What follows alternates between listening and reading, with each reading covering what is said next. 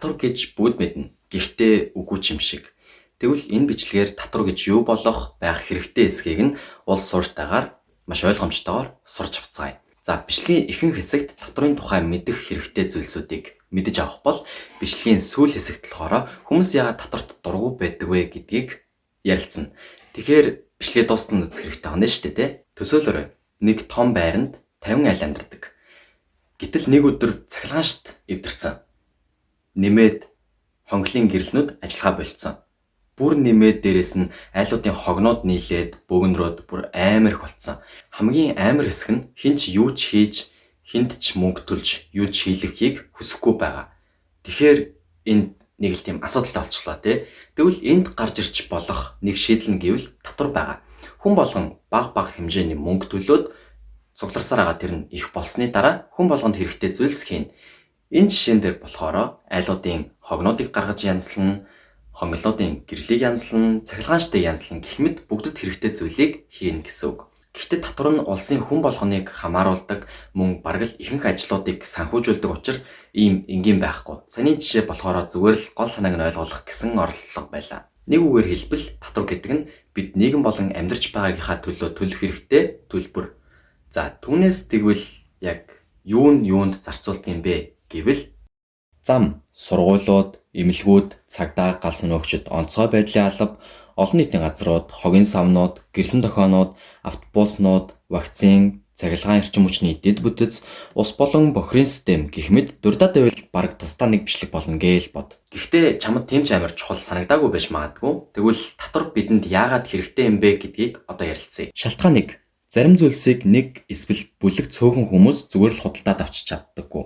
Зардлыг дийлэхгүй. Хинч зам, эмнэлэг, бүтэн сургуулийн барилга гэх мэт зүйлсийг тийм ч амархан авч чадахгүй. Чадах байсан ч гэсэн төдийлөн хүсэхгүй л болов. Гэвч тэдгээр зүйлс хүн болгонд хэрэгтэй. Шалтгаан 2. Хэрвээ бүгд тодорхой хэмжээний мөнгийг татвар болгон төлөхгүй бол нийгэм байхгүй болно. Хэрэг бүх хүн би төлмөөргүй байна гэж хэлэх юм бол улсын сургуулиуд байхгүй болно. Учир нь багшийн цалин байхгүй. Эмнэлгүүд байхгүй болно. Учир нь эмч нарын цалин байхгүй. Зам, автобустайгаа байхгүй болно. Учир нь санхүүжилт байхгүй. Гэмт хэрэг, ихсч тайван амьдрал байхгүй болно. Учир нь онцгой байдлын албаны ажилчдын цалин байхгүй. Хаасаагүй хог, намжаагүй галт төмрүүд, сурч боловсроогүй хүүхдүүд энэ тэндгүй бий болно. Шалтгааныг нь мэдж байгаа зү тэ. Шалтгаан 3. Татвар нийгмийн хамгийн амьдралын боломж муутай эмзэг бүлгийн иргэдийг хамгаалж байдаг. Жишээлбэл хөгжлийн бэрхшээлтэй иргэд, бага насны хүүхдүүд, өндөр настангууд, ядуу иргэд, өнчин хүүхдүүд гэх мэт. Гэхдээ тэгвэл хүмүүс яагаад татварт тэгж их дургүй байдаг юм бол? Шалтгаан 1. Миний мөнгө хаашаа яваад байгааг би мэдэхгүй байна. Хүмүүст их мөнгө төлж байхад юу ч өөрчлөгдөхгүй байгаа мэт санагдах нь олон улсад, ялангуяа манай улсад маш түгээмэл тохиолддог болсон. Шалтгаан 2. Засгийн газар татврын мөнгийг зөвөр ашиглаж хэрэгтэй зүйлсд нь зөвөр зарцуулж чадахгүй байх үед ихэнх тохиолдлын ард энэ шалтгаан байх нь олон.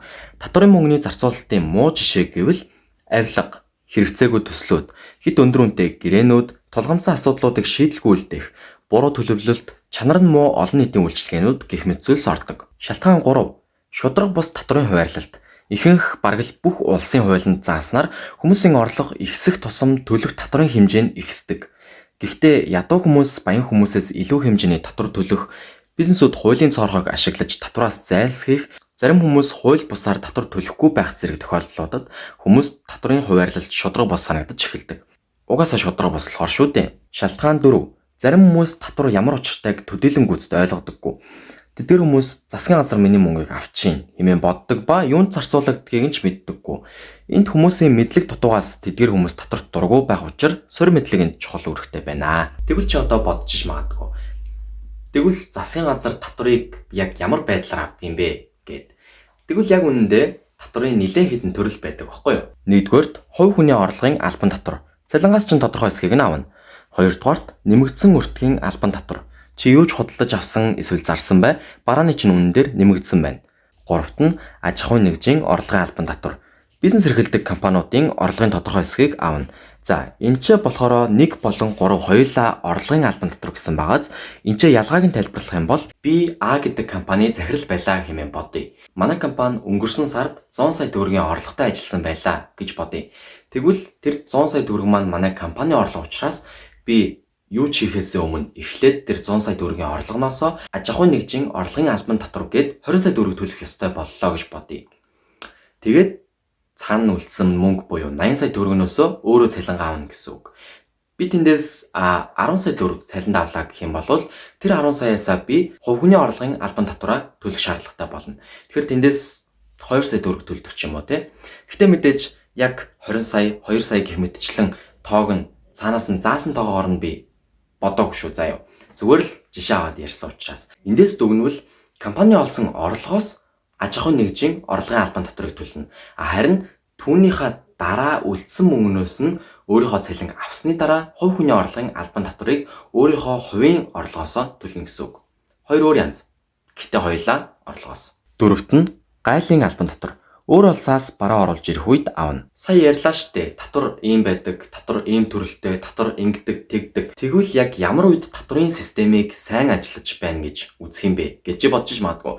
Тэгвэл тэр чи одоо тайлбарлаад өгье заяа. Нэгт хүмүүс татвараас хэдэн төгрөг юунд зарцуулагдаж байгааг харах боломжтой үед буюу цаг үеийн мэдээллүүд олон нийтэд нээлттэй үед.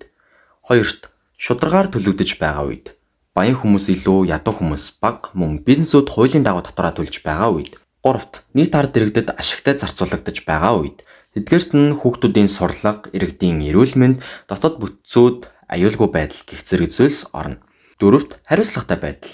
Хэрв хэн нэгэн хулгай, гэмт хэрэг хийвэл хуулийн дагуу шийтгэл оногдуулж байгаа үедэд татварын системийг сайн ажиллаж байна гэж үзнэ. Тэгвэл одоо энэ бичлэг голчлон өсвөр насныхан болон бага насныханд чиглэсэн учраас чамд буюу хүүхэд эсвэл өсвөр насныханд татвар яг ямар үр ашиг шимийг өгдөг вэ гэдэг тухай ярилцъя. Тэгэхээр татвар чамд сурах боломж, аюул багтаа годомж талбай, хям дэмжлүүлэх боломж, хогонд живээг ухаат, тэтгэлгийн боломжууд, улс даяар авагддаг шалгалтууд, галын аюулгүй байдал, тоглоомын талбайнууд гэх зэрэг зүйлсийг өгдөг байх нь. Яг шударгаар хувийн бодлоо хэлэх юм бол мэдээж миний дурдсан эдгээр зүйлс бүгдэд тэгш хүртээмжтэй олгогдож байгаа юу гэвэл үгүй.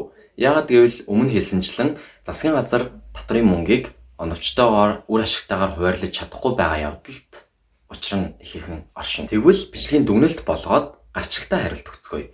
Бидэнд татвар хэрэгтэй мó, хэрэггүй мó гэд. Хариулт нь богиногоор гэх юм бол тийм бидэнд татвар хэрэгтэй. Гэхдээ ганцхан засгийн газарт мөнгө хэрэгтэй учраас биш.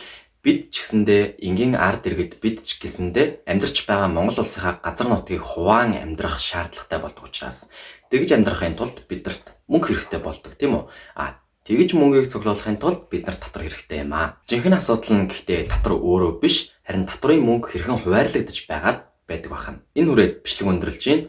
Нэрээ татварын эсрэг ойлголт байдаг шүү заяа. Татаас гээд. Татварын эсрэг гэхээр засгийн газар мөнгө авахгүй эсрэгээрээ мөнгө өгнө гэсэн үг. Тэр талаар мэдмээр байвал эсвэл бүр дэлгэрүүлж мэдмээр байвал комент сект надад хэлээрэй. За тэгээд мөн subscribe-а дарж амжаагүй байгаа бол одоо дараагийн бичлэгийг алдахгүй үзээрэй. За тэгээд лайкаа дарвал бас надад амар нэмэртэй, дэмжлэгтэй байдаг шүү заяа. Баяртай.